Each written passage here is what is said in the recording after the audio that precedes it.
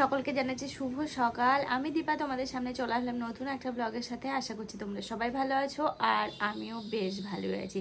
তাহলে আজকের ব্লগটা আমি এখন থেকে শুরু করছি। তো চলো সারাটা দিন কি করছি না করছি একটু একটু হলেও তোমাদের সঙ্গে শেয়ার করব। তো সেই মুহূর্তগুলোই তোমাদের সাথে শেয়ার করার জন্য আজকে সকাল সকাল চলে আসলাম তোমাদের সামনে। এখন বাজে সকাল 8টা আর এই 8টা থেকে আজকের ব্লগটা শুরু করলাম। সকালবেলা এখন আমি শরীর আমি সে বিছানাতে বসে আছি। বিছানা থেকে এখন আমি নড়িনি, দেখতে দেখতে বেজে গেল 8:15। আর কি বলতো, তোমরা অনেকে কমেন্ট করেছো, সেগুলো দেখছিলাম, ভিডিওগুলো দেখছিলাম। এটি করতে করতে অনেকটা দেরি হয়ে গেল আর কি কমেন্টের উত্তর দেখছিলাম। তারপরে তোমরা অনেকে আমার ভিডিওগুলো কমেন্ট করেছো, বেশ ভালো লাগলো। আবার যাদের বলার তারা তো বলবে, বলো উল্টো পাল্টা কমেন্ট। তো তাদের মধ্যে অনেকে উল্টো পাল্টা কমেন্টও করেছো। তো তোমরা অনেকে বলেছো দীপা যাদের কামড়ানোর তারা তো কামড়াবেই, তাদের মুখ কোনো সময় বন্ধ করা যাবে না। এটা একদম সত্যি কথা বলেছে, যাদের বলার তারা তো বলবে। তো এই সমস্ত কিছু আর কিছু ভাবছি না। আর কি বলো তো, এই যারা বলে না তারা তো আমার কন্টিনিউ ব্লগগুলো দেখে না, ওই আধ খাপচা করে মাঝখান থেকে হয়তো কোনো একটা ব্লগ দেখবে, দেখে উল্টো পাল্টা কমেন্ট করে দিয়ে চলে যাবে। তারপর তাদের কোনো টিক্কি পাওয়া যায় না। কন্টিনিউ দেখে তারপরে কমেন্টগুলো কর না, তারা কিন্তু করবে না।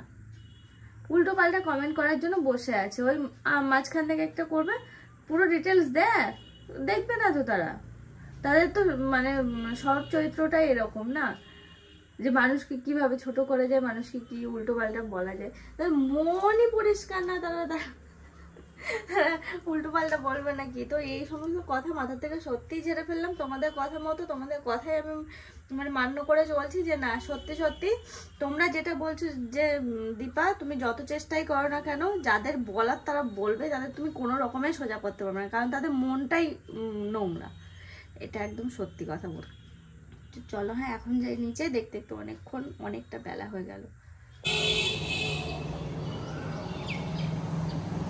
এরকম ভাবে যেতে খুব কষ্ট হচ্ছে, 2 হাতে সিঁড়ি না ধরে যাওয়াটাও মুশকিল, কিন্তু যেতেও হবে, কিছু করার নেই।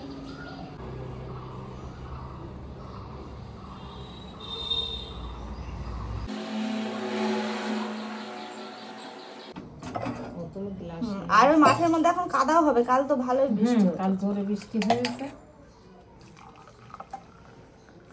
দিলাম অনেকটা না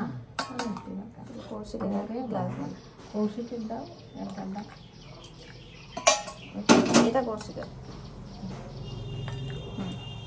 কৌশিকের চিনি লাগলে চিনি দিয়ে দেবো।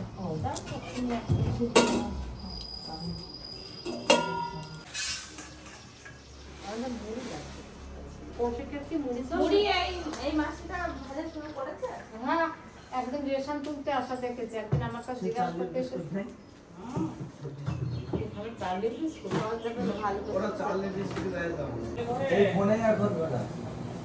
চা খেয়ে যায়।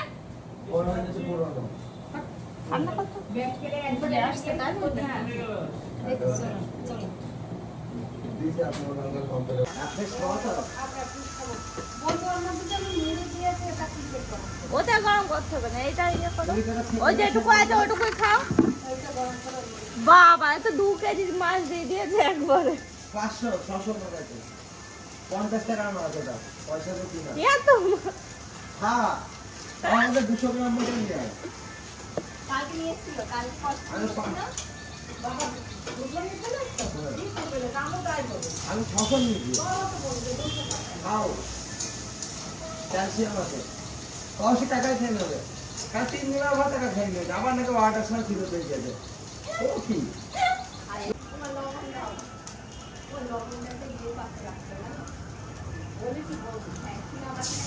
এখন হচ্ছে তো নাকি ফিরে আসতে হবে?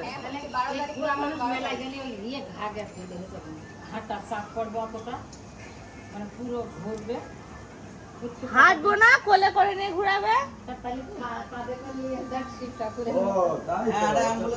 ও কিচ্ছু হবে না, কাজ করতে হলে ব্যথা, হাঁটতে পারবে না, আমি চাও না হাঁটতে না কবার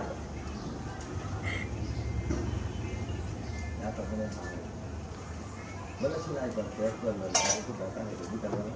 হ্যাঁ তো ব্যথা হয়ে সারাদিন রয়েছে, ব্যথা বললাম আর সেলাই এখন আর করা তাড়াতাড়ি শুকিয়ে যাবে তাই বললাম। শুকিয়ে গিয়েছে, খোলা ছিল সকালবেলা থেকে অনেকটা শুকনো। বর্ষাকালে হয়েছিল একটা খেতে হবে। এসব ব্যাপারে অসুবিধা নেই, গা ঠিক আছে আমার, শুকিয়ে যায়, আমাদের থেকে অনেক ভালো। শুকিয়ে যায়। আমাদের ওখানে একটা ডাটা হয়েছে, আমাদের এরকম কটা বীজ টিজ ছড়িয়ে দিলে ডাটা, বীজ ছড়িয়ে দিলে ওই ডাটাটা খাইতে হবে না, বীজ ছড়িয়ে দিলে হ্যাঁ পাকুক হয়ে যাবে, যে বীজটা হালকা, ক্যারেটের মধ্যে না। হ্যাঁ আর এদেরও যখন কিনবো, পাকা ডাটা যখন কিনবো তখন বীজ খানিকটা কুকিয়ে বীজ ছড়িয়ে দিলে এই বীজে হবে। এর মধ্যে কালো বীজ হয় পরে, এখন তো ডাটাটা আছে। হুম। আচ্ছা এই ডাটার পাতা নেই? নেই, এটা নেই, তাহলে তো ফুল পাতা হয়ে গেছে, এখন দেওয়া যাবে না। ভাত খাওয়া হয় তখন। ও এর তো আবার খোসা ছাড়ে না। কি খুঁজে বেড়াচ্ছ? তেলের বোতলটা ওখানে রান্না করে সেই বোতলটা মনে হয় ওখানেই আছে। তেল তো ঢালা।